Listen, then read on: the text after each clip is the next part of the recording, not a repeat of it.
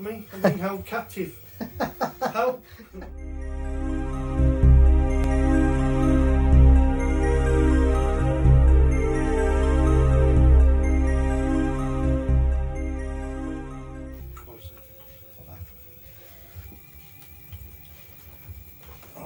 I'll have a sip of tea.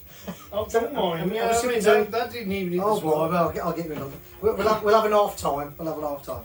I'll be there, really. I'll better say my Bob skins in a minute. Half hour from now. Actually, Right, so today I have with me a special guest. I have Wayne Retro Robbins. How you doing, mate? I'm fine, thank you very much. Good. Hello, everybody. How are you? Hope you're all well. Sorry, hippie ginger gamer. Hey. There you go. A shout out for Hippie Ginger Gamer already. See, I've just already. I could shout at you people, mate. I've got a fair few favourite YouTubers. We'll get to that. That's going to be one of the Fair few questions favourites. later. Yeah. So one of the first questions I normally ask, my first question is, what was your first ever computer stroke games console? First ever was probably a cheap version of Pong.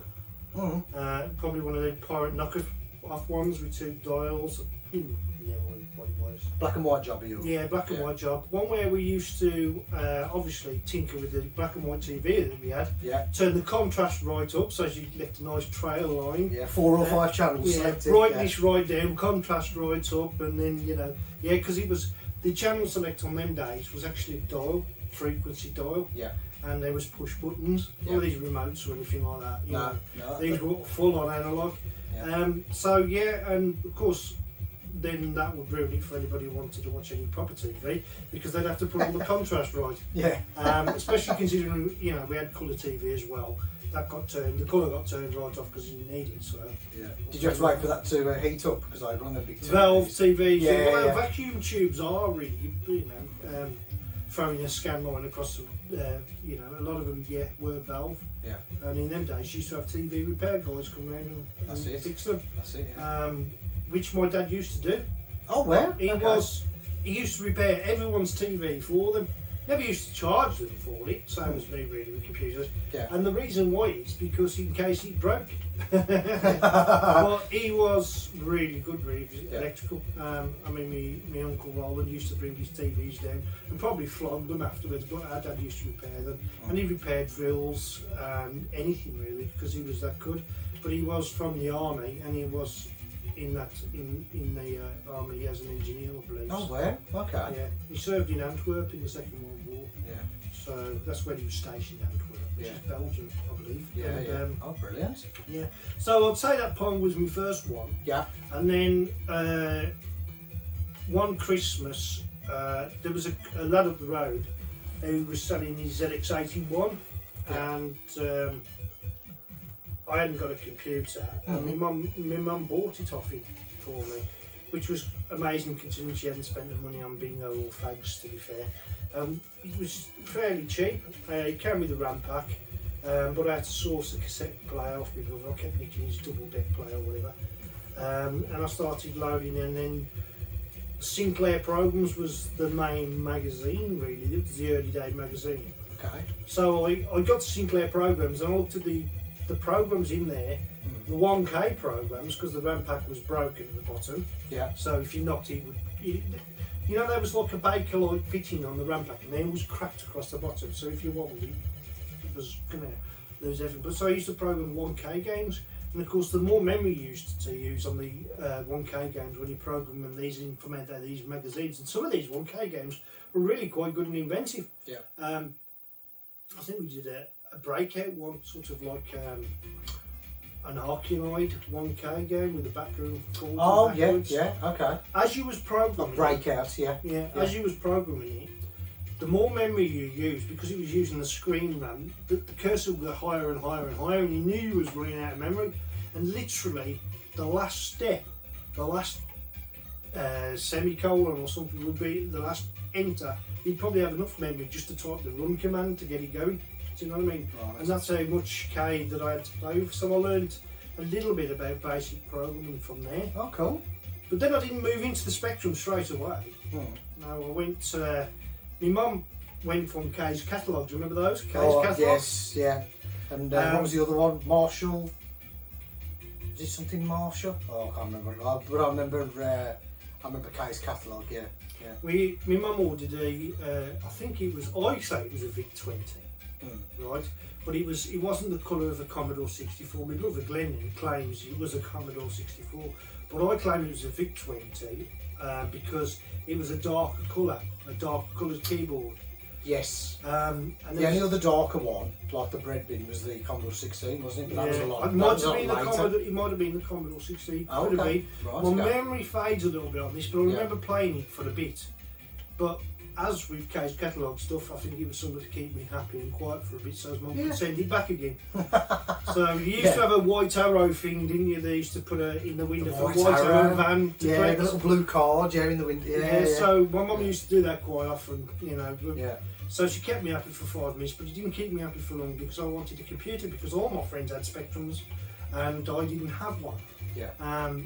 So she got a broken one. Okay. It was gifted to me. I think it was my cousin's, and it had a problem with the membrane keyboard. The M was intermittently working because it was basically bashed a lot. Do you know what I mean? Yeah. But you could get it to work, and the M's an important button. So symbol shift it was, not the M. Symbol shift. Yeah. Which is an important button. Which is the important button. Because I need to get the speech marks on. Once I got the speech marks, load speech, it was okay. I didn't really need symbol shift again. Yeah. You know, I could load again. Yeah. But that was an important button. So I opened it up and I found out which two CAN contacts created the symbol shift. And I had 2 wires hanging out. So I could get the... Wow. You know what I mean? Brilliant. So, yeah. So I sort of worked my way around it. Yeah. And then, of course, pirating was the thing, and everybody in school had a Spectrum. It was, yeah. Eventually, I got a replacement membrane, and I think I bought the membrane through Romantic Robots. I'm not sure. Romantic Robots used to do a lot of cool adaptations, multi-phase 128 and all that. Yeah. And then, of course, Sinclair Programs was coming to its end, and I was buying Crash on a religious basis every week. Yeah. And this was before there was Crash cover tapes. So Crash had to sell its magazine through its merit, and the reason why I bought Crash is because they had the best playing tips. Right. Okay. And I wanted to cheat on games. You know what I mean? I wanted to make it. I wanted Commando with infinite lives. I wanted all the cheats, and there was one game that I'd missed, sort of thing, and that was Turmoil. I wanted to cheat on that, so I could go for each league. Okay. That's something that I was never a fan of. Was the cheating, but I used to spend all my pocket money and save up over weeks just so I could have all the magazines. I mean, be Sinclair User, Your Sinclair, Crash, and CV&G. Those are the 4. I had to work hard to get them. And Zero, do you remember Zero as well? There's one called Zero. I don't remember that now. Yeah, it was like later life. I knew the main one, Sinclair User, Sinclair Programs. Don't remember that one. Your Sinclair, which was... that was my favourite. Yeah, and I got them all. Crash was without doubt my favourite. Okay. The cover art sold it. You know, they say picture paints 1,000 words. Oh, the cover art, well, we all know about the cover art. It jumped out at you. Yeah. And it was quite dark at times, and sometimes quite sexual orientated in a way. If you look at it, some of the artwork on there, and brutal, but it was there. And of course, the artwork for the games they put in there, the reviews were done by people of my age, so it sort of related to it. A lot of the times I was skipping, before I bought the magazine, I was skipping to the playing tip sections to see what playing tips were in there. But then they sort of got thinner and thinner, didn't they, the Crash magazines? They started releasing the cover tapes. At first it was a demo and then a game and a Pokemaster, and then they all started to compete with each other, and they tried to outdo each other, which was great for us as children who wanted these artworks, although a lot of the games I'd already got because I'd pirated them some way or the other. And you get some exclusive games there, didn't you? I found. You did get some. I think Monty Mole Christmas, Christmas was one of them. I might have a copy of that up there somewhere. I had all the cover tapes, every single cover tape, and I kept them in a binder. I donated that to the Retro Man Cave. I got rid of all mine. One cover tapes. I'm ashamed. You know how much they fetch you? I know. You know how much the Crash cover tape is fetching there. I was only after the big original ones. So then what I did is I opened up the Spectrum, changed the membrane, and I got it working. Before you know it, Gary up the road and so and so says, "Oh, you repair Spectrums? They'll bring the Spectrums around for me to repair." I ain't got no knowledge about electrics or anything like that, but I could change a membrane, you know. And then I started to learn that by feeling the chips, if they were getting hot, they were probably faulty. Yeah. Do you know what I mean? And in this day and age, and forgive me for doing this, I was a kid, 14, 15 years of age. I felt a RAM chip that was burning up. It was about the second one in, it was red hot. So what did I do? Got a pair of pair of wire cutters, the chunky ones, and I cut all the legs off because I couldn't desolder. Didn't desolder them. And what I did then is I put the replacement chip off from a donor one that I'd cut all the legs off and soldered all the legs on top. Wow. And I got it working. Yeah. I charged my mate 30 quid for the repair. And his mum paid. And with that I bought some more games and then I bought... That's brilliant. I bought, I know, it's unbelievable. That was my first ever Spectrum Brill repair. Yeah. And then of course I started trying to hack the loadings, because to start with, Spectrum's basic loading was you had a header, you had a logo screen, you had the main program. That's it. Yeah. So you could find out how long the main program was, how many bytes or whatever it was, load speech code at, start at 2367 bytes or whatever. 32768 it starts at and finish at 65. Wouldn't say it finish at 65535, but probably finish at 521. You're talking normal, not hexadecimal. So you had to work out the length of the bytes. And of course you could load speech code and then save it. So pirating games became easy because you'd load the first bit, save it, line 10 or whatever it is to run, load the screen string, save the screen string, the screen RAM, and then load the main bit and save the main bit. So you could copy your game bit by bit.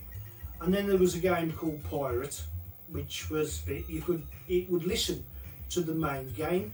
Okay. So it listened to the first 2 bits because you couldn't do the whole game because you didn't have enough memory because you had to use the memory at the back. And save that bit, and then you'd record the last bit, play it into the pirate, and it would save, and I was able to pirate games. But then Hyperload ruined things for me because it only recognised normal load. So I had to work my way around Hyperload.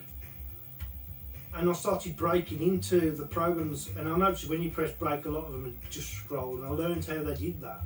And I wrote up a small program to stop that, and I learned a lot over basically how to get through. Because what the magazines did is they gave you to put pokes in the cheats. They gave you the programs to load, and they to a speed lock loader, and they gave you the information you needed on how to hack them. And once you was able to hack them, and you got the program there without it actually randomising, so it's running itself, you was able to save that code yourself. So you started to learn things like that. And that's where I started to learn a little bit of code, just enough for me to create my own load, because I was fascinated by the way games load, the variation, the creativity. I mean, we all know about, say, Joe Blade, the Pac-Man game at the start that used to play. Yeah. But then there was games like Glass that would use various different methods. There was the annoying Firebird loader, Eyeball, which was basically sorry about the impression. Well, they were trying to emulate what the 64 was doing, but it couldn't do it as good as it was 64. just annoying. Yeah. It was just annoyingly long. Instead of a game taking 3 to 4 minutes to load, it would take about 7 to 12 minutes or something stupid. Yeah, the 64 could play that lovely C tunes, like Ocean Loader, while the game was loading. And the Specky couldn't do that, could it? It's I know that they did a channel thing where there's because obviously you've got 2 tracks on it. They put the sound on another track and it didn't work because not all of them could do that. Yeah, that's it. But you know, the mono's recording of the Spectrum was good. But the variation of loading. I mean, when I first loaded a game from Houston, the borders blacked out. Right, before he carried on loading, but I didn't know that, and I thought he'd crashed. Yeah. So I started it again, and I started it again, and I was getting frustrated because I thought, well, there's no flashing borders to show that there's picking up any loading. And then I just while I was doing something, left it thinking it was crashing, I turned around, then all of a sudden there was a number counting down. Like Exelon? Exelon done the same. Yeah. And I thought, hang on, this is loading. Yeah. Oh, how cool is that? Yeah. And then you got the commando come up with the colourful flashing borders. Yeah. And then you had games like Cobra, Bobby Bearing and others that come out with such a long part at the start just to load the game. Yeah. But they was phenomenal. They were cool to watch. They were cool to watch. They were cool to watch the way they... You didn't they mind. were entertaining. Yeah, exactly. Yeah. And do you know what they also did? They gave you... I know it's easy to nowadays just to hit tap file and games instant with a snap file there. But it gave you the anticipation of what's ahead. Yeah, you had a chance to go make a drink as well. A lot of times games didn't live up to the loading screen, admittedly. Yeah. But we endeavoured, we persevered, and we sort of, especially if you just bought a game, you wanted to get into it. You gave it the time you deserve. Yeah. Do you know what I mean? Some of the games, if you didn't play it a lot, you wouldn't have liked it. If you just played it briefly, you wouldn't have liked it. You have to give a game the time it deserves. Yeah. For instance, a good example was Ghost Hunters, the Oliver Twins. I think it was Codemasters. Okay. That was one where you had a control for the cross, and you control, well, holding down one button you controlled the crossbow, releasing that button you controlled the man. Yeah. You had to get various objects along there to work your way through, and you did open moving platforms. And I think it was working through that game. If I'd have played that this day and age, I thought, what the hell's going on? But playing that and realising this got you into the game, and you realised how difficult some of these games was and how good you became at them. Yeah, you try and play them now, and well, no, because I've got experience. I watch people like TJ Ferris playing games, and you can see he's a novice and he's not been into the system, and he's a lovely guy, but you can see how naive he is. You can virtually work things out because of my history on games. Yeah. So I've virtually played, you say there's over 10,000 games available, and counting, because it's going up. Oh, absolutely. The Spectrum system lives on because there are people bedroom coding, Really does. create a game every week. Yeah. Which is amazing because the system is 40 years old. Do you know, for I mean, look who we've got. We've got Chronosoft, haven't we? We've got, is it Phoenixware? Yeah, they're distributors for people who are creating games. Exactly. Do you know what I mean? Which Well, is you great. need them, yeah. And Bitmap Soft, is it? Bitsoft, yeah. Bitsoft, yeah. Fantastic. Yeah. So and then you got people just saying there's a download you can buy for £1. Yeah. What's £1 for a game? itch.io as well is a very good site for. What's £1 for a download of a game that somebody spent about 3 weeks on? Yeah. Really, it's nothing. So I'm thinking, try it and see how it is. And of course, a lot of these are for the original 48K Spectrum, and some of them are amazing.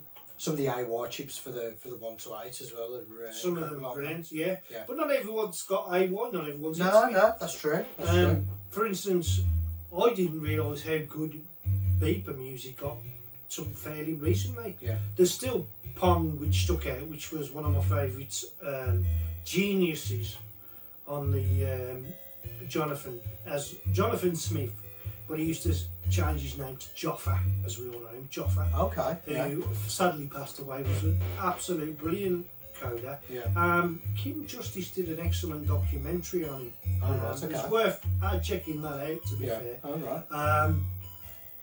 Fairlight, we was talking earlier on about Fairlight, wasn't it? Brilliant, wasn't it? The music for Fairlight. Yeah. And remember the first one to have music in that I didn't think possible was Manic Miner. Yeah. To have music in. That's true, yeah. While you're playing. I thought, how's he doing that? It's a beeper, shouldn't it slow it down? You have to credit Matthew for that, Matthew himself, who was, he'll tell you everything about Manic Miner. He'll tell you on Eagle's Lair was based on a friend at school. He can go through anything like that, but when it comes to Jet Set, really, he sort of glosses over it. So I think he was in some happier time then, if you know what I mean. Yeah. But and of course, I didn't really pay much attention. Sorry, everybody who created games, much attention to the coders. I paid more attention on how to hack the games, the loading systems. Yeah. But in more recent years, you learned who made these games and some of the work going into it. And I've become friends with people like Jim, who hasn't walked away from the system. And I feel he's probably been unfairly treated in the past because he hasn't had the money he deserves from creating some of these games. I think that goes for a lot of the bedroom programmers. Yeah. Did they? But I watched the documentary on his, and it was great to see the development of the Spectrum. But then from the Spectrum, and I'm moving on a bit. Yeah. I bought myself didn't get the tow track. I picked my tow track up from a car boot sale for £5 with a load of games. I went for a Spectrum Plus 3, which had just come out. Yeah. And I liked the discs and everything, you know. Yeah. Coming up on this week's Retro Robbins show, we've got nothing, nil pois, 0 punty, zilch. More on that in a minute. As well as some more Crash re-reviews and Babs Arcade's coming over to give me a kicking. Not sure that's a good thing. You want to know more? And if you love a bit of gaming, why not join me now on the Retro Robbins show as we have a look at some great new games for a retro gaming weekend. Emo, start the titles.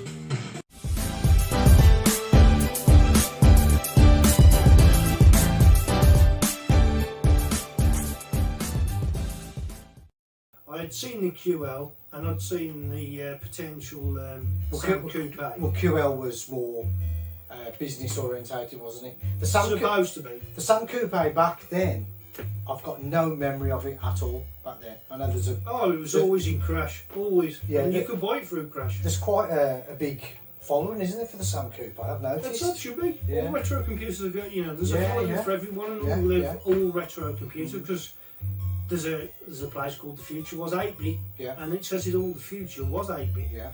And businesses were using the Plus 3 in businesses because there was a David Perry, an art studio next to where I used to work. I used to make sets for Channel 4 for the backdrops and that for certain shows. I think they did it for Ross Abbott, to be fair. They built sets for him, using fiberglass. And they were using a Spectrum Plus 3 to save files on in business. And I finally got one of them. And then I took it back because I said it was broken. Because my mate had a 128k Spectrum and the sound on it was immense. Same game, the sound on it was terrible. Okay. And so this is okay, they took it back and they swapped it for a new one, took that home. That was faulty as well. Took that back, swapped it for another one, took that and they said, look, there's nothing wrong with it, you keep sending them back. I said, no, I'm telling you, I'm certain there's something wrong with the sound.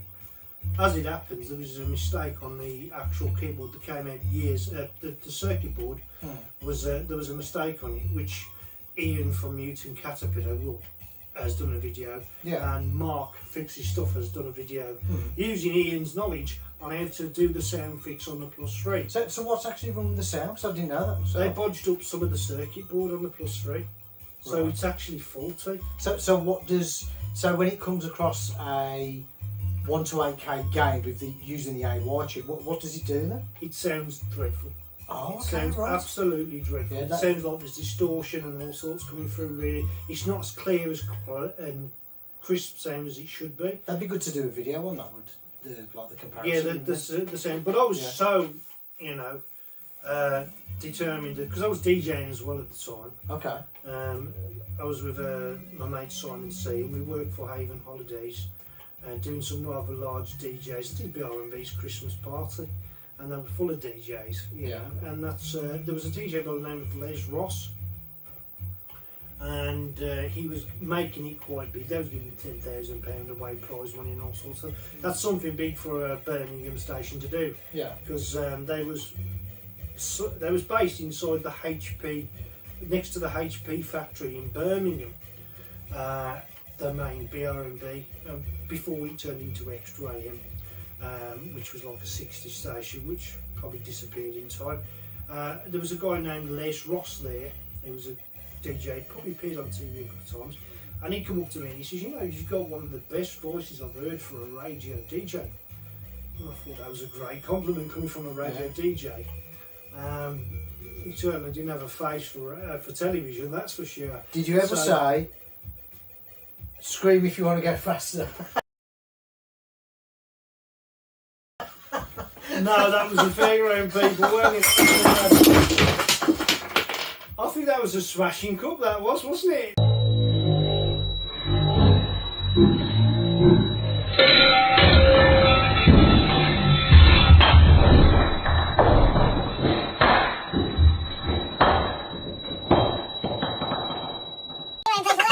that was a smashing cut, that was, wasn't it?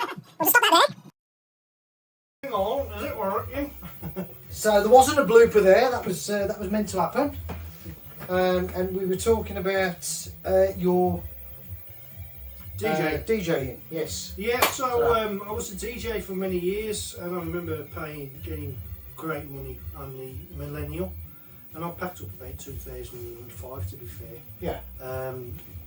It was relentless work, you know, carrying gear up and downstairs. We had a massive set. Because screens with pygmy bulbs having to be changed every week, pin spots, you know, rotor spots and all the latest effects and everything.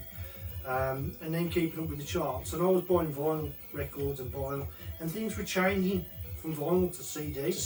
Now, what I used to do with the vinyl, because I had one of the biggest collections, because I was going to car boot sales, and you were picking up vinyl records for 2-3 pence, and you know, for £1, imagine how much that is.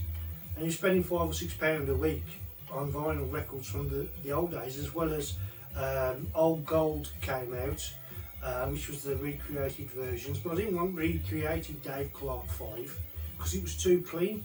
I wanted the original recording with all the scratches on it because it had more atmosphere. Yeah. And of course we had these big wooden cases, and they were heavy. They were heavy things, these 12-inch records and 7-inch records. I had in the region of around about 5,000 7-inch records. Wow. And I had around about 6,000 12 inches. I had 10,000 albums. Wow. And it was just ludicrous because you was carrying an entire library of records, and despite having that amount, you know, and of course you'd be selective on what you could and you couldn't play. Somebody would always ask for something you hadn't got. Somehow somebody would always ask for something you hadn't got, and there was the occasional record that I couldn't get hold of and I was seeking. And the big record round here was Animal Magic Monkey House, which I had, and I had about 3 copies of that. And then you had a Northern Soul track by Brainstorm, Loving Is Really My Game, which is easy to get hold of now because it's all available online. But then you didn't have that sort of internet online thing. No, you had to buy the physical vinyl. But in the background, despite I was DJing, I always had my Spectrums and I always played on them. My sister bought me my first, I bought the Mega Drive. Okay, yeah. I had a Mega Drive. I had the PlayStation. Yeah. It was a leap forward from the Mega Drive. It was. But I love the Mega Drive. Yeah. One of my favourite consoles. I don't remember ever selling any of these, but they all went walkies. No. My brother had that because I wasn't using it, Yeah. and then obviously he got rid of it. And then the PlayStation, somebody took it with them to chip the back of it and brought it back so you could play the pirate games. Yeah. Which was naughty, but when you got limited funds and everybody was doing it. And then I felt a bit guilty and started trying to buy my own games because I thought, well, actually, people are developing this and piracy isn't a good thing. No. It was alright as a kid because you was naive, but as an adult, you had a bit more responsibility. And I thought I wanted the people who are developing the games to actually earn their living. Mm-hmm. So I started buying genuine software. I went on to the PlayStation 2. Yeah. I ended up getting an Xbox 360 given to me, Okay. which I sprayed up green and I made it look really good. It had a problem with the door opening. My sister's always looked after me. I missed the PlayStation 3. Went straight to the PlayStation 4, the slim the same as the one that you've got here, Yeah. which I still use, and I use it for media because that was great and it's good for online gaming. Yeah. You You play Blu-rays on it. play Blu-rays, but don't forget PlayStation 2 did that, didn't Yeah. it? You could play DVDs. DVDs, wasn't it? DVDs, Which was yeah. a leap forwards. Yeah.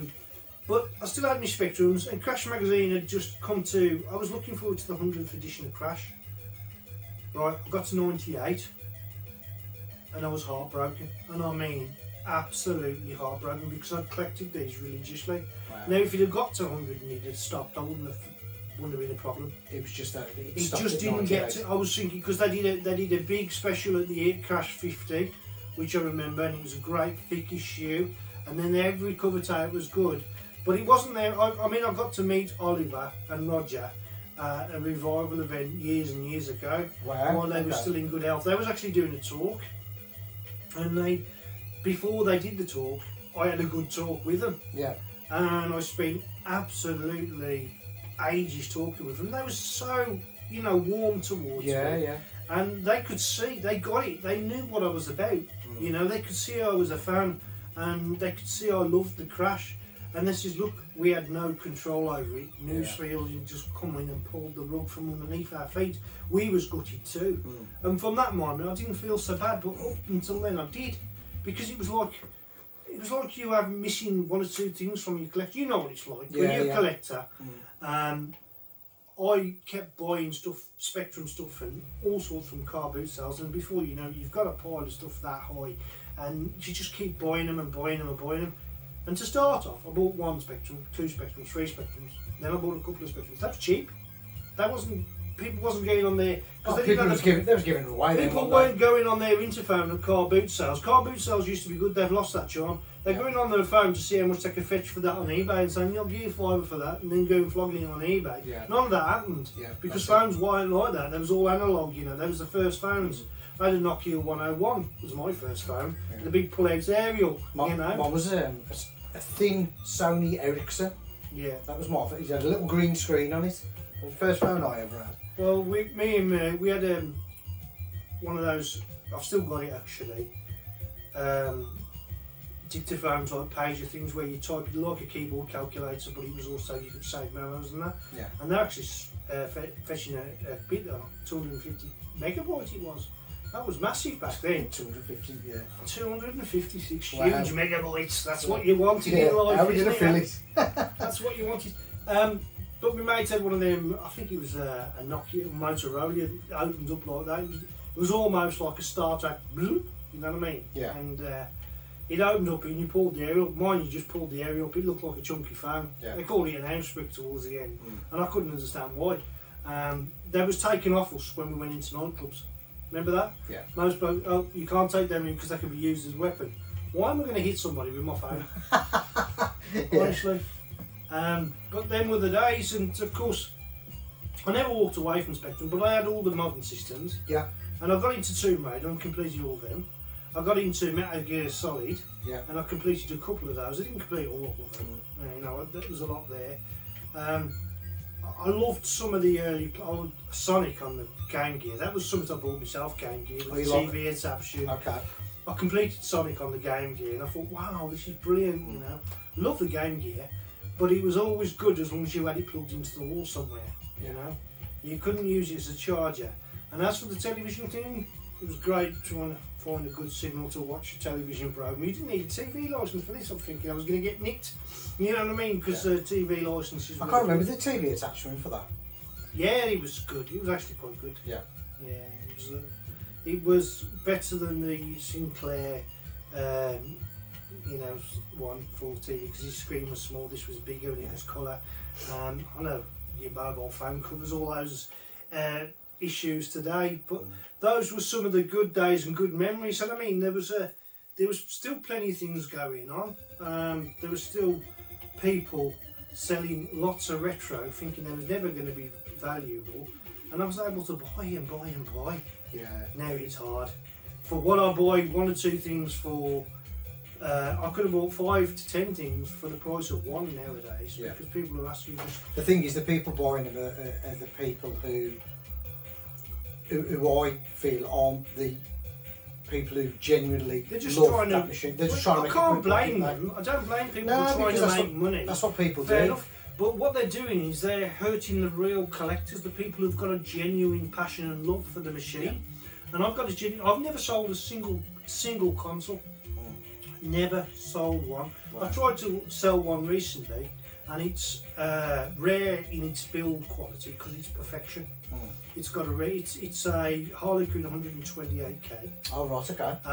Which is sold up, and of course my soldering you've seen is pretty good. It's awesome. I've seen it. Yeah. It's on a red case, and a red what's his name. It's also got a recreated. Certain people inspire me, and shows like Mark Fitz's stuff. He'll do some software where he makes something for the Spectrum. Yeah. And I like that because then I'll buy that and do it myself, and then I'll 3D printed the case for it, and it was in red to go with the red case. with the blue keys and the red motherboard, which doesn't, because it comes with a black motherboard, but I bought a red one, and I nicknamed it the Red Devil. And it's the perfection. It's got all the proper things done. It's powered up properly. And I was going to sell that, and I thought to myself, the kit costs you about 120 quid. Yeah. That's just the motherboard. The case costs you about 40 quid with from either ZX Renew or from China. Diordi does them. He does the arcade as well.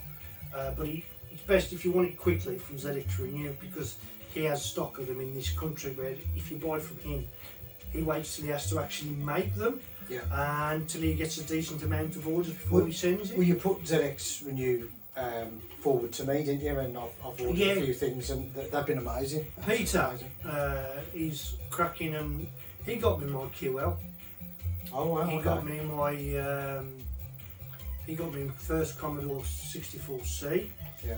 Whatever I want, I ask Peter, and he delivers. Wow.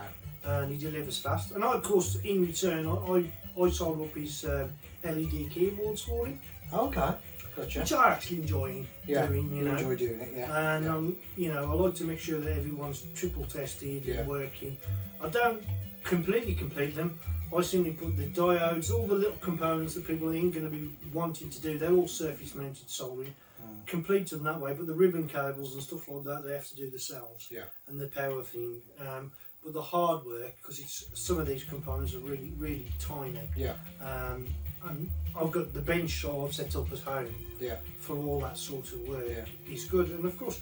Well, I've seen it. It's amazing. You set up. Yeah, you've seen my magnifier as well. I've done a few videos, but I could do more repair videos. Yeah. I could do that, but I've got people that do that already, so why do I want to step on their territory? Well, we'll touch on videos and YouTube next, if you like. Yeah. We can do that. Yeah. Okay. You're flashing. But you're flashing as well. That's the one that's moving, isn't it? Get it! Yes! This is why I don't like Commodores. Cradley Town have scored their only goal. So when we've talked about obviously your timeline, if you like, of going from Pong all the way up to your +3 and your consoles at the end. So you've got a YouTube channel. I have. I'm sorry to say. I apologise. You have. Fantastic channel. I obviously watch it myself. How much you for that last? We'll just call it a tenner. Just leave it as you go out the door. So, do you want to tell us a bit? What's your YouTube channel about? Let's talk about that. How did you start? Right. The reason why I started, I watch a lot of YouTube, right? And I watch people like Nostalgia Nerd, Kim Justice, Retro Recipes, Octavius even. I think she's amazing with what she These does. are the really small YouTube channels, lower than us, aren't they? No, brilliant. You have to appreciate the work that goes into what they do. Absolutely. But that's not why I started my channel. Because there are other channels out there like the Spectrum Show. I watch all types of channels. You know, Tech Mode is fascinating. I like watching his stuff because he repairs cassettes and tape decks, which is what I like to do. And of course, Retro Man Cave. There's always got the Trash to Treasure, where he's repairing stuff. These all do great repair. You know, you got Retro Shack. Watching myself, you know, Retro Tech, and people that all do it. Mark Fix's stuff does a lot of recaps repair. I call him Mark Flux's stuff. Sorry, Mark. Usually you see the flux running down, you know, the circuit board. Yeah. See, there's a bit of flux. He'll wipe it with alcohol. Yeah. Brand new unprinted circuit, then add flux onto it as well. And I'm thinking, really? But that's Mark for you. He's probably better than I am, so I'm not going to knock him on that. Well, we'll put some links below for Mark. So he's great. I'm sure you know who he is. So they do a lot of serious stuff. Yeah. Great. Now, Perry Factory, shall we say, Retro Recipes, does a little bit of humour in it. And which is great. He uses his dog, doesn't he? Quite. Yeah. He's But got a he's good serious little, as well. He's got a good niche there with the dog. And he's sort of English but American. Yeah. So he's over there. And then you've got TJ Ferris, who's I hadn't heard about after I started my channel. TJ, yeah. He's kind of comical, but it's like you can see he's discovering the system really for the first time, and you can see his naivety, but he has a genuine passion and love. Yeah. And because of his age, and he's only just started playing, That comes through, doesn't it? He's absolutely rubbish at playing alone. Sorry, TJ, but you are dreadful at them, and he does use a lot of bad language. But that's him, and that's his character, and that's what people love about his channel. Yeah. At the same time, he'll pick up on a game, and you think, well, I've got to play that game. And to see if I can beat his score. Yeah. So he inspires you to play a game.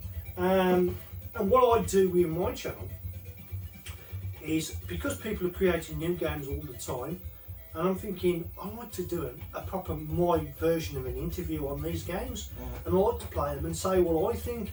And I'll never really give a bad review on a new game or new software. Yeah. And I like to give a shout out to everybody who does a homebrew game, and say, because they've spent time on that, haven't they? They've spent time, even if they use the development engine, which somebody has written, Jonathan Codwell, is it possibly, or something like that? Yeah, it's rings a bell, done the AG, he deserves credit for that, because without that, a lot more people are able to develop games on the computer. Yeah. They don't need to know as much about coding anymore when it does it for you. So they've lost a little bit of that, but they can develop some great platforming games. They tend to become a bit samey now, with the same sounds and same, but every now and then you get a breakout game. And it's good to see somebody thinking outside the box. You've touched out on triangle, circle, square this week alone. That's thinking outside of the box. It's not great graphics, is it? It doesn't need to be great graphics. It's effective. It's got a circle, a triangle, a square, and colour clash. There's none, because it runs with the colours it's got. Yeah. Right. So you don't need great graphics to have a great game. It's the gameplay. Yeah. Right. The gameplay. There are many games from '83, '84 that didn't have great graphics compared to some of the games that are coming out now. But the gameplay was there. That's right? the main thing. And it was creative and inventive. I remember playing for hours a text game called Millionaire. Okay. Thinking, if I learn to beat this system, when I get older, I'll be a millionaire because I learned to beat the real system. No, it doesn't work like that. But it was a great game for me at the time. And, Honest Harry always used to sell me a bit of a dodgy deal occasionally. That was where I was probably going wrong. Honest Harry. Have you ever played that game? No. It's a great game to play. Honestly, play it. It's you're running a software company. Okay. You can program, and you have to sell as many tapes as possible. And you watch your stock go up and you share. And as you get more and more money, your building gets bigger until you get to the final building, which is a mansion, millionaire mansion. Yeah. Which is really hard to achieve, right? Because after 1987, it all goes downhill. It starts from 1982, and you build up. But there was gameplay in that, so I like to give a shout out to those sort of games. Yeah. But it's not just about that. It's not just about these new games going out. There are a lot of games that you see the same game posted time and time again on the Facebook group, which is great. We see Jetpack in 6 months. We'll see Attic Attack every 3 months. Yeah. We'll see now, because the next team are probably doing a better version of Head Over Heels, coloured and everything, with the latest Kickstarter. It's pushed the price up of the Head Over Heels original, and it's going phenomenal. Is it? Yeah. Oh, good, because I've got a copy of that. It's going nowhere. I gave all my copies away. Oh, did you? Oh, right, okay. I had about 5 copies and I gave them all away to people who were collectors. Because I thought, what happens to me? Yeah. I can't hoard these things. I want these things to be protected, but I prefer to give them to people in museums, because then it's for everybody, not just for one. Well, I gave Andy Spencer a copy of Guts, because I knew that he was after it. Yeah. And luckily, while I was there, Jim Bagley was there. I was gutted about that. Jim Bagley was there, and I said, "Sign this for me, please, mate." And he signed it, gave it to Andy, and me and Andy had a picture took. So I'm hoping next time we get to the RCM, it's in a nice glass cabinet. Yeah, Picture of me and Andy, behind it. With the words, "This keeps the children away from the fireplace." Exactly. So yeah, I had all those sort of things, but what I've started doing is crash reviews. Now I stay away from crash smashes. Yeah. I don't review anything that's got a badge of honour. Oh, okay. Crash smash. So you go for all the other anything underdog games. The underdog games. Yeah. Because some games were given a bit of a hard time. Some are given 40-something rating. They're actually better than that. I don't go for percentage. I give them marks out of 10. So I go by the half mark, 8.5 out of 10, or 5.5 out of 10, on what I would have thought of the game. And I tried to put myself way back then. And hopefully, the goal is there'll be a game that people have forgotten about that's a hidden gem. And people say, I remember that as a kid. I forgot about that. And of course, it's a game that people don't post on a regular basis because of all the games that are created. How many games are actually played? I bet less than 10% are replayed. Easy. You know what I mean? Less than 10%. And there are some great games that are forgotten about. Hidden Times. We've all seen The Great Escape. We've all seen Commando. We all know Fist. We all know some of the other games, you know. Your jetpack. Well, your jetpack. Your ultimate games, basically. Your ultimate games. Yeah, and ultimate were brilliant, wasn't they? And everybody's but seen there's Mad always Miner. a game there in that history that I'm hoping that I find that will spark a little bit of nostalgia for somebody, somewhere. And they'll say, I remember that. And I'll rate it, and whether they agree, that's what I want them to do. I want them to give them feedback and say, yes, I actually agreed with you there. No, I disagree with you there. Because we need a difference of opinion, because that will make life interesting. Yeah, absolutely. Yeah. So I talked about why I do a channel. What made me start it was because my old man was suffering with Alzheimer's, and I was less able to go out. Okay.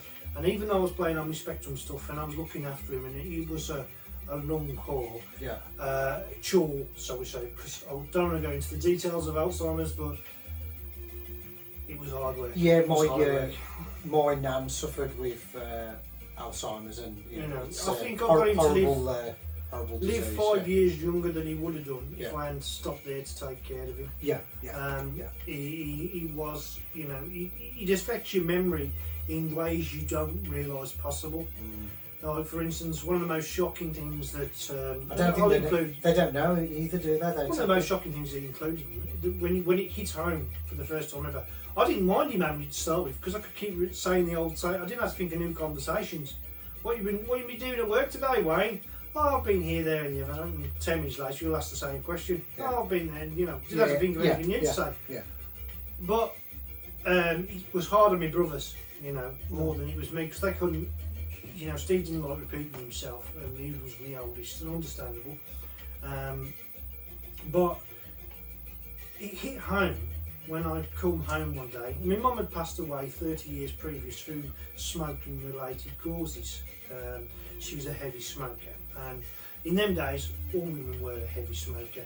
The dangers weren't advertised, were they? Well, there was danger. They knew about the dangers, but not as bad. But I remember coming home from school, and there was always a cloud there about that eye level where Mum would be smoking, and my dad would come home from work shouting, "Put that fake out," which was his thing, because he'd be cycling up the road on his, you know, and he'd tinker with the car or whatever and do what he does or repair something. But she'd been gone 30 years, and I came home one day. She'd been gone about 27 years. She'd been passed away. She passed away when I was quite young. I was 20, I think, or 19. And I was a mummy's boy. So my mum used to cut my hair, my mum used to do all my washing, my mum used to make me sandwiches, my mum used to make me bed, my mum used to iron my clothes, and all of everything you could possibly do. So the hardest thing for me to do was, after she passed away, was I didn't get to the barbers for the best 5 months because I stood outside not knowing what to ask for, and I stood outside the barbers 2 or 3 and I walked away because I didn't want to embarrass myself. I didn't, you know, my mum used to cut my hair brilliantly, and that's just the way they used to save money, because she used to cut my dad's and my brother's hair and everything. And when I finally got the courage to walk inside, the guy sort of understood that I'd never been in the barbers before in my life at the age of 21. And he says, "Look, this is the way it works." He explained it to me, and I started keeping with the regular barbers. Then He settled you in. you settled me. Yeah. But anyway, back to the point where I've sort of drifted away from. I walked home from work from, and my dad was a very clever guy, high IQ. Right? Yeah. He's got a lot of stuff, you know, and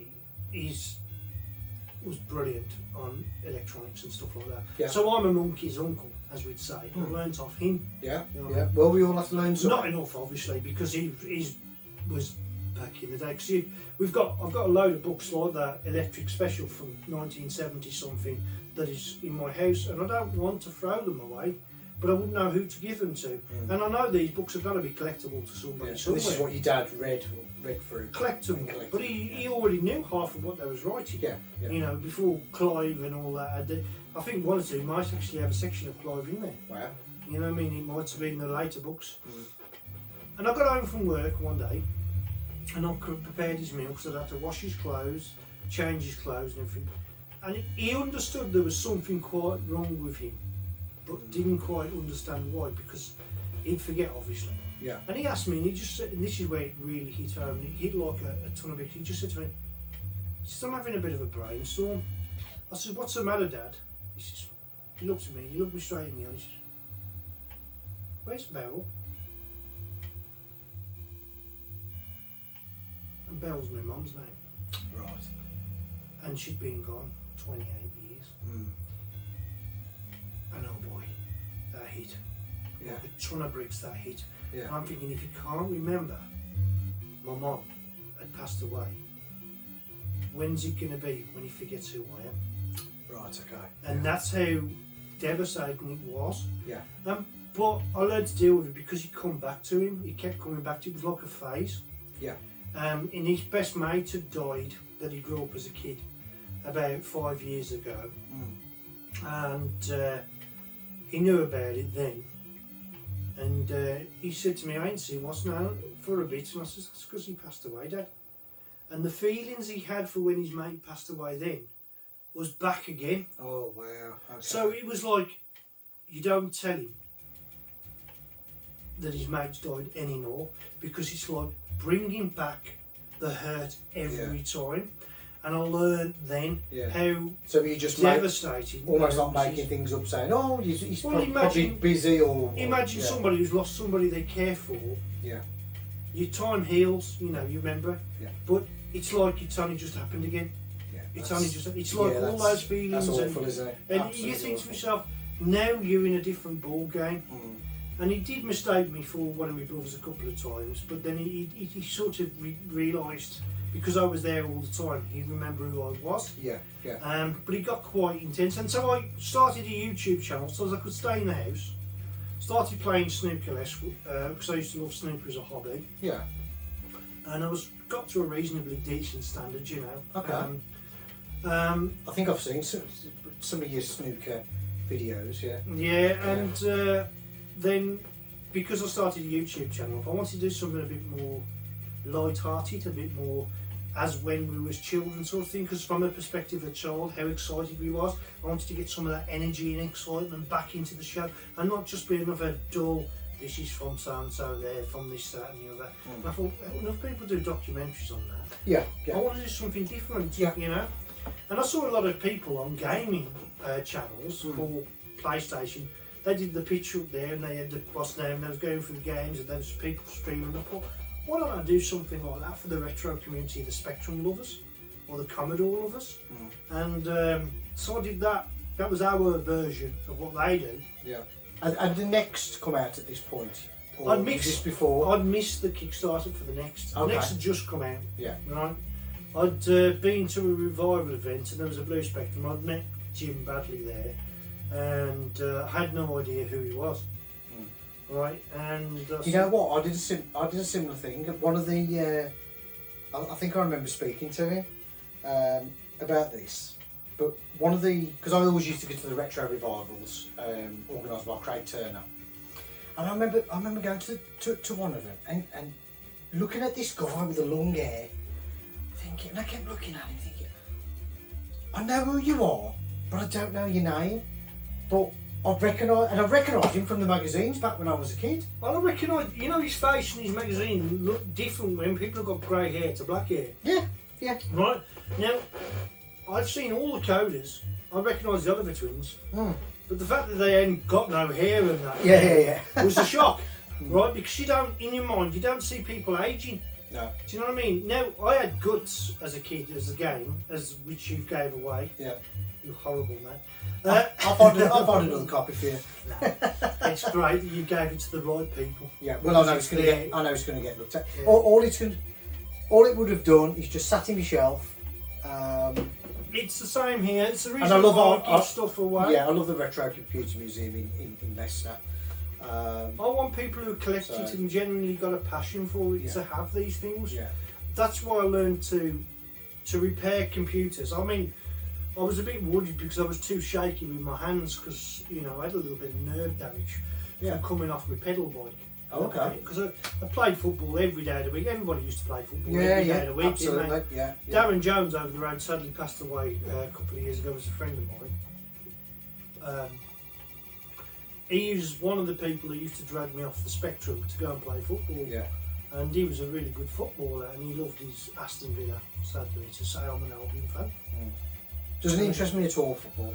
But Well, you still love playing. He used to drag him, but we used to go to the park and there Yeah. used to be gangs of 20 of us and 30 of us, and you know. We used to do the park rules football with my cousins. Yeah. Someone would nick a road cone from somewhere, That's or it. you'd have the Well, jacket on. It was your coats, wasn't it? Yeah, coat goalie. Yeah. And I was always throwed in goal, Yeah. which was unfortunate for me because I was small. Yeah.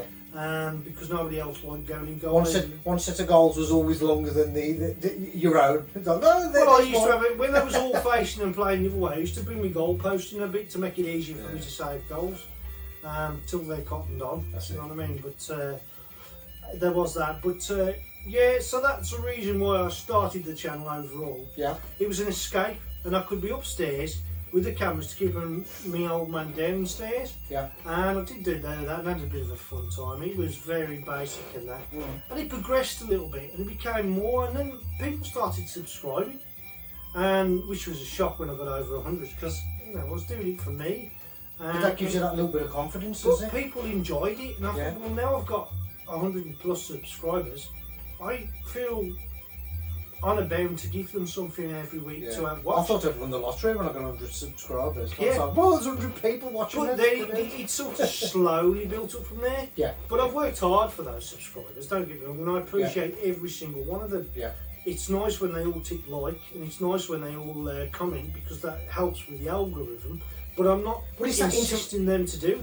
No, it's that interaction. I love that. I love when people make comments. Doesn't matter what it is. It might be a thank you, or it might be, oh, have you seen this? Or it might even be a negative comment. But all the comments I see, they're all for a positive reason for you to progress into your videos. Well, I heartily support every single YouTuber I come across. Yeah. Every single one, because I think they all do something special. We're creating our, shall we say, bedroom coded television for today. Yeah, I suppose so. Yeah, that's one way of looking at it. Everyone's got something different to offer. Yeah. You know, whether you watch, I like all sorts. Yeah. I'll say tech mode. I watch Victor Van Doomcock, who does a lot about Hollywood and stuff like that. He's got some really good connections. I watch Heels versus Babyface. I've already mentioned, I'll go through a lot. Nostalgia Nerd, he's great. Retro Recipes, Mark fixes stuff. The Retro Man Cave, he's got a couple of channels. You know, there's so many great YouTubers out there, and I praise them all. Even OJ Duffy does some good stuff, you know, I like what he does. Yeah. Slope's Game Room, he's got a real energy and a good voice. Slope says, hey guys, welcome to Kick Scammers. Sorry, Slope. And I even do impersonations and parody videos, but I keep them to myself. Oh, we need to see those, yeah. I did one on. We need a compilation of those. I thought Compilation. you have to judge people, and I did one on Mark fixes stuff. And I did the big thing because he goes, "Are we going to fix this right now?" He does that. Oh, okay. And I've got the jelly baby, and I just bit the head off because he's got the jelly crew, Right. and stuff like that. And I like doing a parody of people. Because I was growing up on sketch scenes, I grew up on Blackadder. Yeah, yeah. Obviously, the New Statesman, I loved that.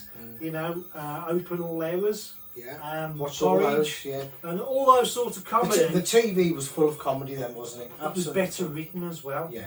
They didn't have to. Young Ones, did you watch the Young Ones? Yeah, of course, I love the Young absolute Ones. class. You know, I mean, even that record that Cliff Richard took, you know, it was good fun, good humour. Yeah. But they can't do that now. No. Because they have to be too politically correct. Rowan Atkinson's done a speech on why comedy, and there's another guy who's done a good video about the snowflake generation, who I heartily recommend. I can't think of his name, but Aaron, his name is. Aaron is, and he does a great video on. It's good to feel insulted a little bit, right? Somebody takes the mickey out of me about my big nose, bald head, big ears, saying I look like Roland Rat. I laugh at myself because I find it funny, right? My brother was taking the mickey out of me all my life, so I had to learn to laugh at myself because the alternative is to cry. But I like that. If you can take the mickey out yourself, which is what I do a lot of anyways, then people warm to you. It's also it's a good. It's not to take It's a life good too superpower. That is. It's a very not good to take, superpower. Not take life too seriously. No. If you can laugh at yourself, then nobody will penetrate that shield. Nobody. I get the mickey. I love banter. I love having the mickey taken out of me, and I can give it as good as I get. Yeah. You know. Probably, you know, you have to be born this ugly to be able to have that many replies, but you do, and you get sharp. But you know what? It's funny. I mean, there was a comedian in a pub once, and he was so close to the knuckle. There was a lady standing next to the bar, and she'd lost an eye years ago, so she had an eye patch on to cover up the hole, right? And her husband was in a chair, and he'd got kidney problems, this problem, and he was going around chatting conversation, right? And this lady, he looked serious, this bloke, you know, was like, he's got this. She says, "What's the matter with you then?" And he says, "Oh," he says, you got it. Goodness me, he says, "That's a wonder you're alive," and everyone started laughing. And he turned to the lady, and as clear as you know, he says, "Bit of an eye opener, that is, isn't it?" And she was in tears, laughing. Everybody for a split second went quiet, and then laughed along because it was shocking. Oh, did he really say that? Did he really say that? But that's what comedians could do. Yeah, you can't. And the one thing you never did with a comedian is you never got out of your chair to go to the toilet. Oh, absolutely not. Because it was devastating. Yeah, and if you was front row, oh Jesus. Yeah. I mean, I think we love. There's a comedy club in London called it's where good comedians were brought up, because it was called Heckler's. I think it's Heckler's nightclub in London, and he was allowed to heckle a little bit, but not too much. Yeah. And I walked in there once, and the comedian who was dying on stage. So I walked out there and I flopped the double doors open big, and I come back in and I got the best laugh, better than the comedian. When I opened the doors and I shouted, "Taxi for the comedian!" And everybody was uproar. You know what I mean? Brilliant. Because he was dying. Yeah. And of course then the other comedians come on to help him out, and they was seasoned, you know. Wow. And boy, they started ripping me then, and I was in stitches. Yeah. I was in stitches. But these were back in the day when comedians wasn't so, you know. Yeah. And of course that's where my comedy comes from, the channel.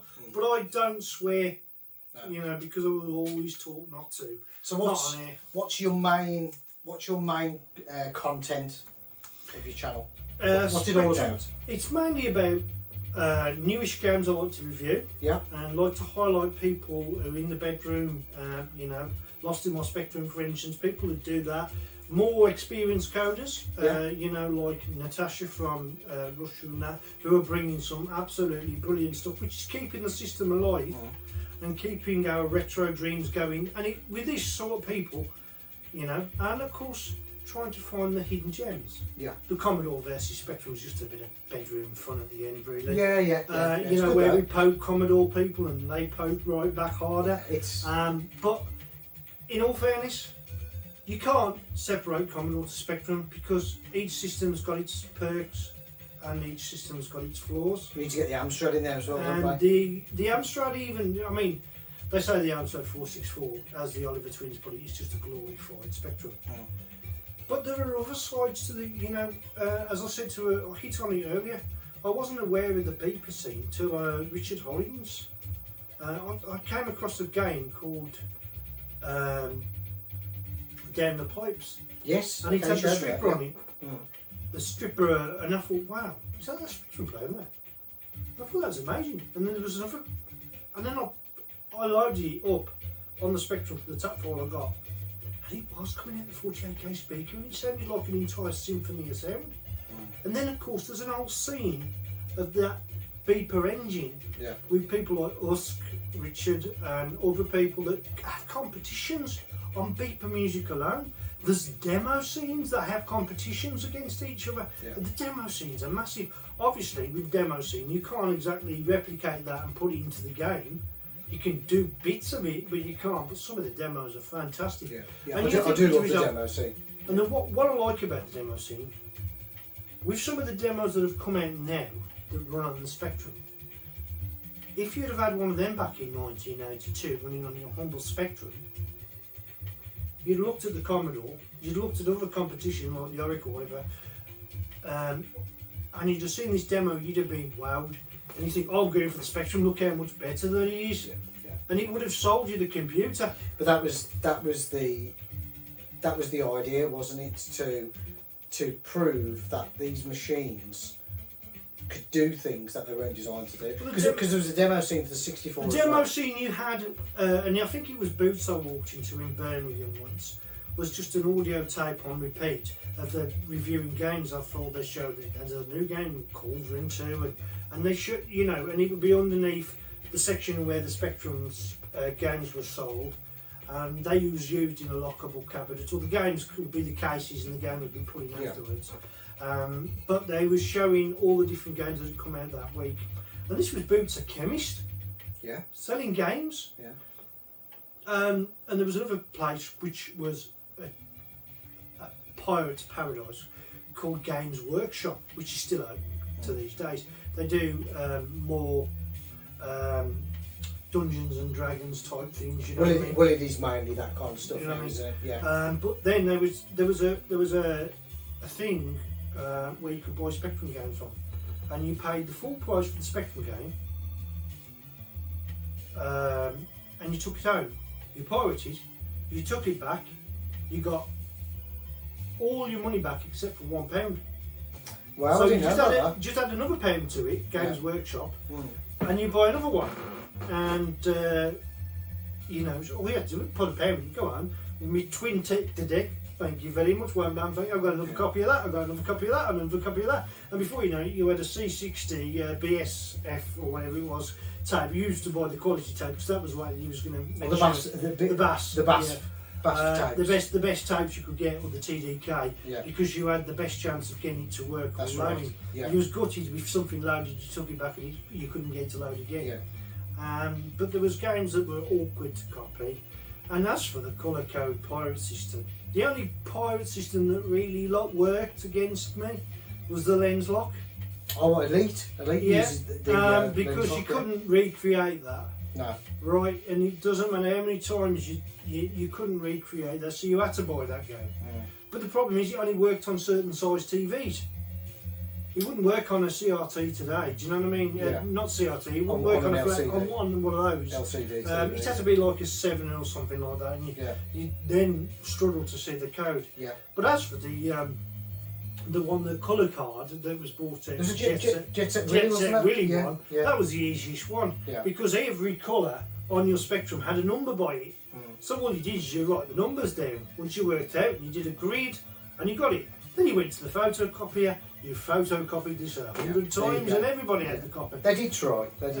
But you know, it was a bit weird because there was a lot of kids who were colourblind in them days who had got this game, and they were paying me 50p for a photocopy of this colour card thing. They'd all pirated the game, but because they couldn't, or they had the original game, but they couldn't read it because they were colourblind. You know, and so there was that went about. So it was just one of them things. I mean, I don't know about you, wasn't we more politically motivated as children? Didn't we know more about politics? I remember when Margaret Thatcher, and I was in a junior school, primary school, was Minister of Education, and she stopped the milk. Do you remember that? Yeah. Probably before. Yeah. We used to link arms in the playground Milk, as kids. Milk and biscuits, yeah. Yeah. We used to chant Thatcher, Thatcher, milk snatcher. And there were little bottles as well, weren't there? Little bottles, you know, you used to ring the bell walking up and down the corridor. Yeah. Somebody would get the privilege to ring the bell Yeah. to say the milk was coming, and you grab one or whatever, and Yeah. it was great. And he was there but now all that was stopped, and you know. Yeah. And then there was games based on politics, and then there was, I remember Split Personalities coming out for the first time, and I loved that game. How fast and furious that was.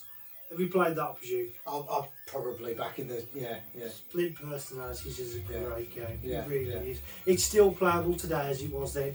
Pictures are dated, and apparently they've done a more updated version, the Spectrum community. But as I was saying, when I went first to the revival event, I didn't know much about the coders that created the games because I was interested in the games. Then I learned about the coders behind the games, and I learned about the graphic artists thanks to good documentaries, well-made documentaries, and then I learnt about Lost Systems. I mean, the first graphic artist who was a genuinely good guy, but he was blunt and to the point, and I like that because you know what you get with Simon Butler. Yeah. But he's blunt and to the point. He don't take fools lightly. No. And, great artist, though. Great artist. But you have to appreciate that. He's a fantastic graphic artist. Yeah. To put pixel art together, and there are loads of them out there. To put pixel art, you have to have a certain type of eye. Now, the way I did pixel art was, first of all, was with bin statement, bin data, and of course you'd have 0, 0, 1, 0, 0 times 8, and 8 times in a row. And that's how I first got in basic programming a character. And then you got a grid. You know, remember the checkered paper, you used grid paper? That's it, yeah. And you'd think that to look, and you'd fold it away, and you'd work on it, and you'd have to do 2 or 3 frames of animation. And of course in basic, everything was character square blocking movements. So you started to try and learn code. Some people it came easy to do. It was a little harder for me because I was dyslexic. With a high IQ apparently, but I was dyslexic. So I had to work around my limitations. Yeah. And then, you know, you started to appreciate everybody.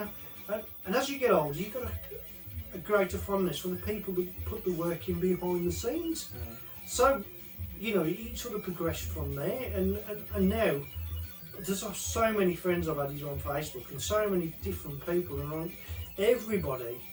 It's a good scene, isn't it? It's a real good scene. Even if somebody says something negative to me, I don't mind that because I want to say, you know, I befriend anybody. Do you know what I mean? And I've got some great people behind it, but you can tell there's a guy that I use, Nigel, his name is, and if I need any questions answering, this guy knows it. Okay. Do you know what I mean? I bought his Super NES Mini off me.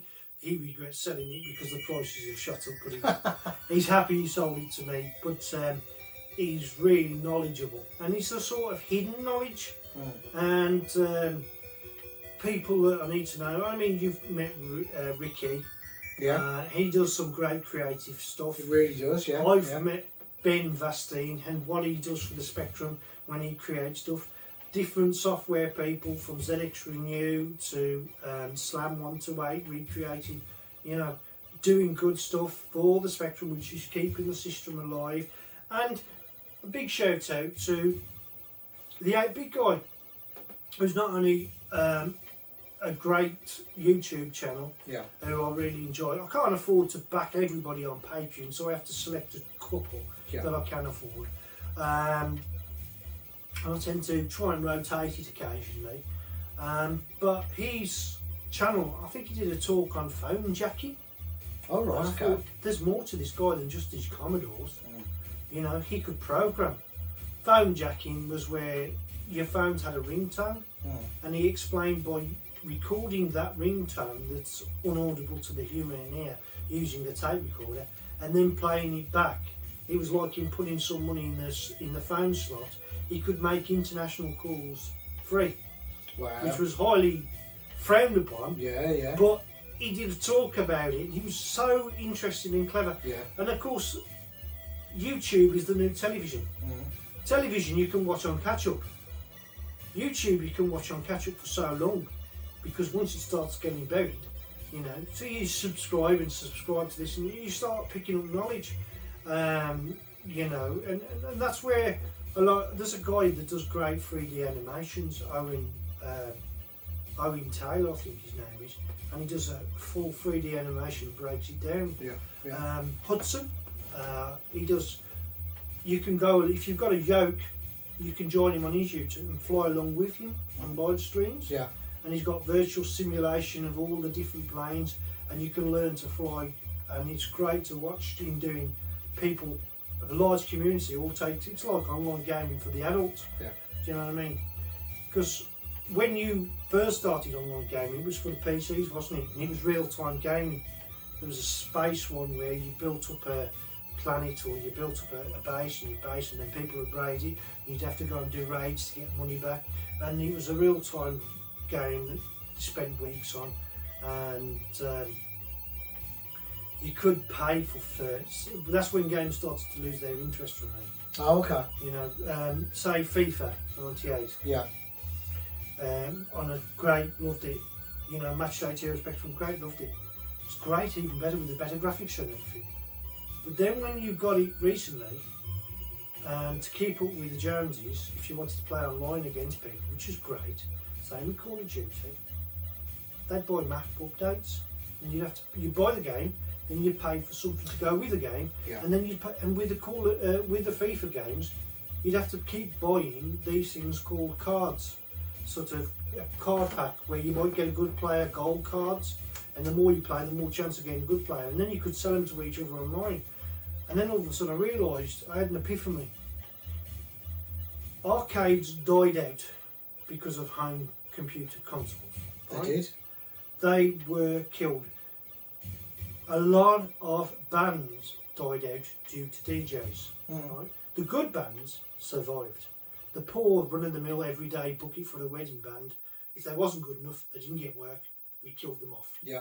And there was a big Keep Music Live campaign for your weddings, etc. But most people think DJ's 120 quid, why you can just pay 400 or 500 quid for the band, we can have a DJ, unless it was a band they really wanted.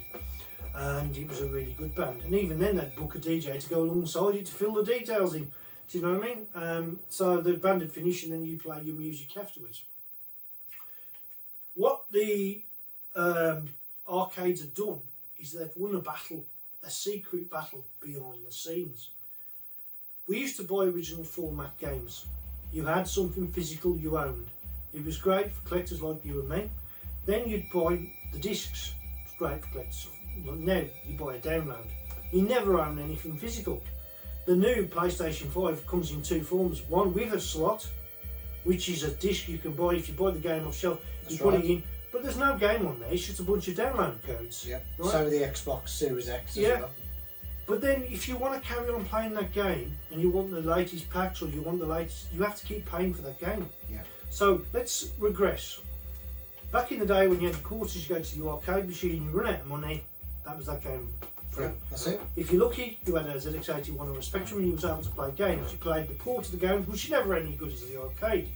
But then the bigger consoles started coming out, like the Mega Drive, the NES and stuff like that. Yeah. And then when, of course, the PlayStation come out and changed the ball game. That was a game changer. Stepped it up to the next level with a polygon, able to do frame rates that was equal to the older games. Yeah, the Saturn as well coming out. Don't get me wrong, I think the port of the Star Wars game, 3D Star Strike for the Spectrum, was as good as the arcade. That was incredible. It was better than the Star Wars port, if you like, version on the Spectrum. And there was another couple. There was a couple of them, wasn't there? Star Trek 3D was I mean, Ghostbusters. I loved it as a game. Yeah. But then, what happened further on down the line is now Umatone. You've got your PlayStation. You're paying for the electric for that PlayStation. You're paying for the roof over your head for that PlayStation. You're paying for the internet for that PlayStation. right? You're paying for the game for that PlayStation, but you're continuously paying for that game for the PlayStation. So what have the arcades done, Capcom and everybody? They don't have to repair arcade cabinets anymore. They don't have to repair joystick ports and fix them. They don't have to pay for a place for them to. People don't have to lease them to put them in a place and hope people come in to play them. They've brought the arcade machine out the arcade and put it in your house. That's it. And now they're not taking your quarters by having to build these machines anymore. They're taking your quarters directly out your bank account. Oh, absolutely. And not having to. All they have to do is create a game. Yeah. And these games aren't cheap. The thing is as well, these machines, 30 years from now, like we're 30 years with the retro stuff, Will be less collectible. well, you're not going to be able to do anything with it. You're not going to be able to Because the servers will probably be off. Mm. Your games collection will be it'll be gone. Exactly. Whereas our old retro machines that we've recapped, And that's why I think retro will live on. yeah, Because totally even collectors, young people now, and there's a few of them, and I've got a few of them on YouTube. yeah, There's somebody that's 21, 22, and she does a great YouTube channel, and she's going on with these great art, and I'm thinking, there's hope here. The youth are getting it. yeah, They understand. Yeah. They want some of these. There's good gameplay, and they own it. yeah. And I'll do some links to one or two of them that do that. Well, a lot of the modern games they've been dumbed down. They might look amazing, but you're playing the game and a good. You'll have it say, "Oh, press A to jump at this point," and it's like, "What? Why is the game telling me to do that? That's for me to work out." You never had any prompts on They tend not to any go- old retro game. Yeah, they tend to go. The younger generation tend not to go too far back. They don't go to ZX81 and stuff like that. They're lucky to. They verge into Spectrum a lot because there's a massive game library. The same game library, the same as the Commodore. They tend not to read the BBCs and stuff like that. They're going to be. But I think it's because it's interesting as well. Because they tend to go with the Mega Drive, Yeah. the PlayStation, the Game Gear, because they're more pixel art. They understand, yeah. you know. Which is why you're getting a lot of modern retro games in that style, especially especially in the indie scene. Your Switch, fantastic console, and there's a lot of modern retro games with that pixel art style. Which is you've hit on a note there about retro game styles. There's a game recently done I've reviewed for the Dreamcast. I forget the name of the game now. To do a game for one of the modern game systems like the Atari Jaguar or the Duke, you need a team of people. You need a team of people. So the way these games are done is you need to get a Kickstarter to create a game. So you have to have a campaign to back somebody creating a new game, because that's the way the new games are created for these more later but not so recent systems. So new games for them are harder to achieve. With the Spectrum, the Commodore, the BBC, one man in his bedroom can create a game. Yeah. It's a massive advantage. Yeah. Do you know what I mean? For the 8-bit systems. For a 16-bit system or the more 32-bit disposable capable systems, you need more than one. You need a graphics designer, a storyboarder, someone to do the pixel art, someone to do the game mechanic, and someone to do, you need a team of people. One man working on a game for the Dreamcast would take forever. You know what I mean? You'd have to do the lot. And that's where I got interested in coders. People like Joffa used to do his own graphic art, used to do his own sound, gameplay.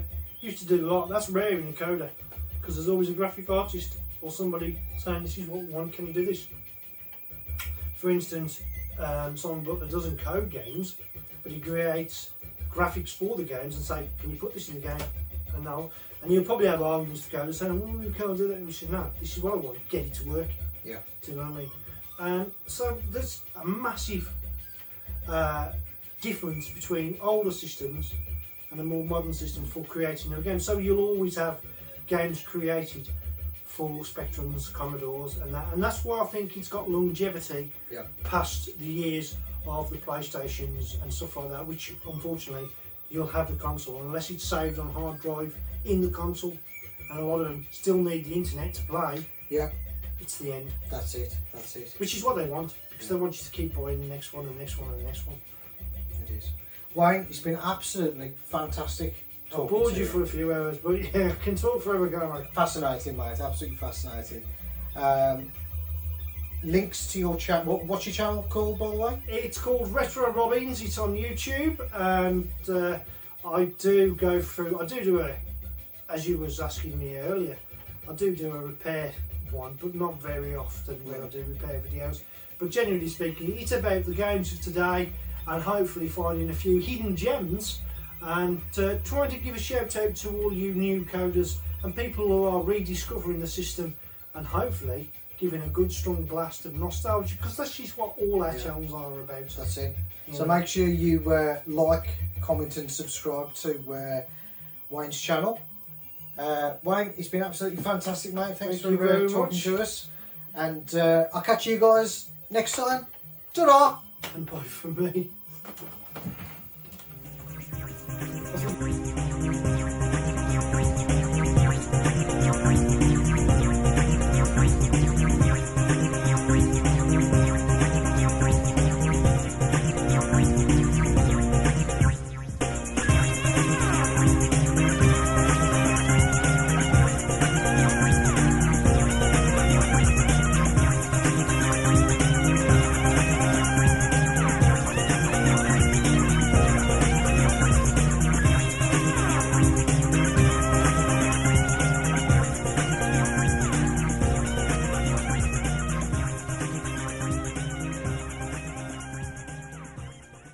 Test run. This is the test run. Testicles 1, 2, testicles 1, 2.